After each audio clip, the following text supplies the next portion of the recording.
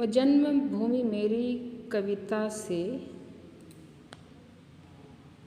दूसरा अनुच्छेद और उसका भावार्थ।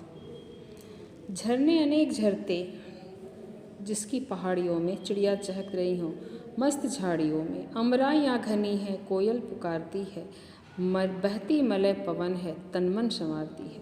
वह धर्मभूमि मेरी, वह कर्मभूमि मेरी, वह जन्मभूमि मेरी, वह मातृभूमि मेरी।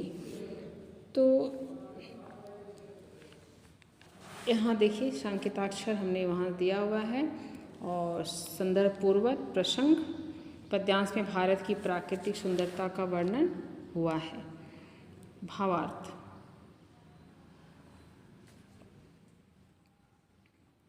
पद्यांश में भारत की कवि का कहना है कि भारत की प्राकृतिक सुंदरता अद्भुत है। पहाड़ी क्षेत्रों में पहाड़ियों से झरझर झरते झरने सुंदर प्रतीत होते हैं। कहीं झाड़ियों में मस्त भाव से चिड़ियाँ चहकती दिखाई देती हैं, कहीं वन और आम के बाग बगीचे में कोयल की मीठी कूक सुनाई पड़ती है। यही वह धरती है जहाँ चंदन के वन से युक्त मलय पर्वत है, जिससे होकर बहने वाली हवा तन मन में स्फूर्ति और ताजगी का संचार कर देती है। तो कवि क्या कहता है? कवि का मानना है कि वह भारत भूमि ही हमारा कर्म क्षेत्र, इसे चूँकि कहा गया है कि कर्म क्षेत्र, वह धर्म भूमि मेरी, वह कर्म भूमि मेरी, तो उसका तात्पर्य है कि यही हमारा कर्म क्षेत्र, हम जो कर्म करेंगे वो वही करेंगे और यही धर्म भूमि अर्थात इसके प्रति हम कर्तव्यबद्ध हैं।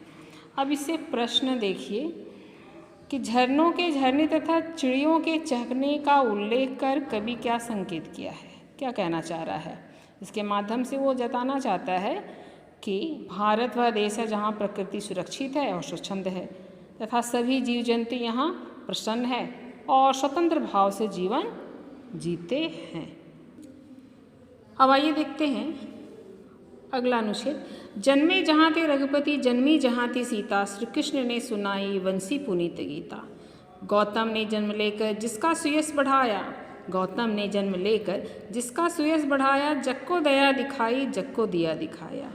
वह युद्ध भूमि मेरी, वह बुद्ध भूमि मेरी, वह जन्मभूमि मेरी, वह मातृभूमि मेरी। आइए इसके भावार्थ को हम लोग समझते हैं। पिछले अनुच्छेद का एक प्रश्न था मलय पर्वत के बारे में, तो इसके भी उत्तर आप देख लीजिए कि मलय पर्वत कहाँ है। तो मलय पर्वत दक्षिण दिशा में स्थित है, जिस पर चंदन के वन है। अब हम अंतिम अनुच्छेद के बारे में बात करेंगे। संदर्भ पूर्ववत है, पूर्ववत यानी पूर्व के समान। प्रसंग यानी इसमें क्या कहा गया, तो इसमें राम, सीता, कृष्ण, बुद्ध जैसे धर्मात्माओं का उल्लेख हुआ है। तो देखिए कहा जा रहा है कि पद्यांश में यह उल्लेख हुआ है कि यही वह धरती है जहाँ राम सीता ने जन्म लिया, जिनके आदर्श चरित्र को हम रामायण में पढ़ते हैं। रघुकुल में जन्मे राम को मर्यादा पुरुषोत्तम कहा गया है। वनवासी होकर भी इन्होंने धैर्य, साहस और पराक्रम नहीं छोड़ा, अधर्मियों का नाश किया तथा पिता के वचन की रक्षा की, यानी पिता के आज्ञा से ही वो वन को गए थे, खुशी खुशी गए थे। सीता के विषय में कहा गया है कि सीता पतिव्रता नारी थी, जिन्होंने मुश्किलों में भी साहस नहीं छोड़ा। कब? जब रावण उन्हें हर कर ले गया। यह वह धरती है जहाँ गौतम ने ज्ञान प्राप्त किया और समस्त संसार को दया का पाठ पढ़ाया। जब गौतम का युग था तो बलि पूजा और हिंसा इत्यादि व्याप्त था, जातिवाद व्याप्त था। तब उन्होंने इन सारे कष्टों के बारे में जानना चाहते, तो उन्होंने ज्ञान की खोज में जब निकले तो गया में जो बोधि वृक्ष है, पीपल का वृक्ष, उसके नीचे उन्हें ज्ञान मिला था। तो उसे हम लोग बोधि वृक्ष के नाम से जानते हैं। तो जब उन्हें ज्ञान प्राप्त हुआ तब उन्होंने सारे संसार को दया का पाठ पढ़ाकर उसे ज्ञान से प्रकाशित कर दिया। और इस पद्यांश में कृष्ण का भी उल्लेख हुआ है, जो महाभारत के पात्र हैं, जिन्होंने कुरुक्षेत्र के मैदान में महाभारत युद्ध के दौरान क्या किया था? निष्काम भाव से कर्म करने का संदेश दिया। गीता के माध्यम से उन्होंने संदेश दिया था। तो इस प्रकार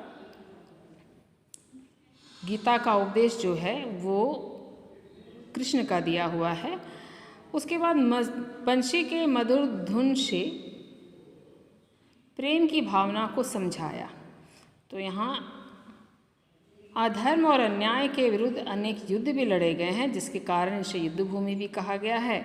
और यहाँ अनेक तपस्वी और मुनियों के द्वारा ज्ञान की खोज हुई है।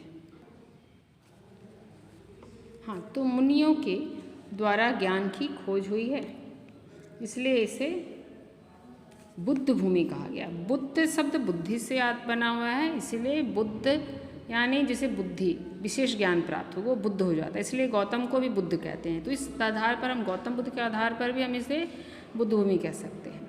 तो इस प्रकार इस कविता के द्वारा कवि ने भारत की संरचना, प्रकृति, सौंदर्य तथा यहाँ जन्मे महान लोगों के विषय में बताते हुए इसे विशेष माना है, और इन्हीं विशेषताओं के माध्यम से लोगों के मन में देश के प्रति गर्व और प्रेम की भावना जगाना चाहता है। यहाँ आप जरा सा एक बार और ध्यान दे लीजिएगा कि जो युद्ध के मैदान में कृष्ण ने जो चर्चा की थी,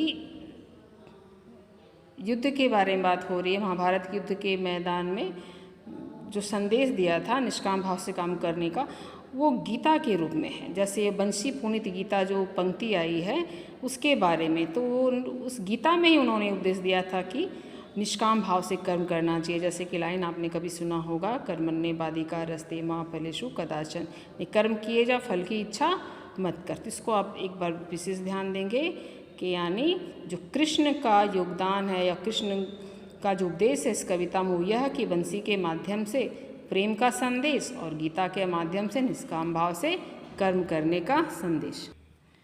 प्रश्न देखिए, कुछ प्रश्न ऐसे हैं जो आप खुद लिख सकते हैं। पद्यांश में किन लोगों का उल्लेख हुआ है? ठीक है, तो राम, सीता, कृष्ण और गौतम बुद्ध। राम, सीता तथा कृष्ण की विशेषताएं, तो राम और सीता के बारे में वहाँ लिखा हुआ है। कृष्ण के बारे में भी जो हमने भावार्थ में लिखा है उस आधार पर आप उत्तर लिखेंगे। इसे बुद्ध भूमि क्यों कहा गया ये भी आप लिख सकते हैं भावार्थ के आधार पर।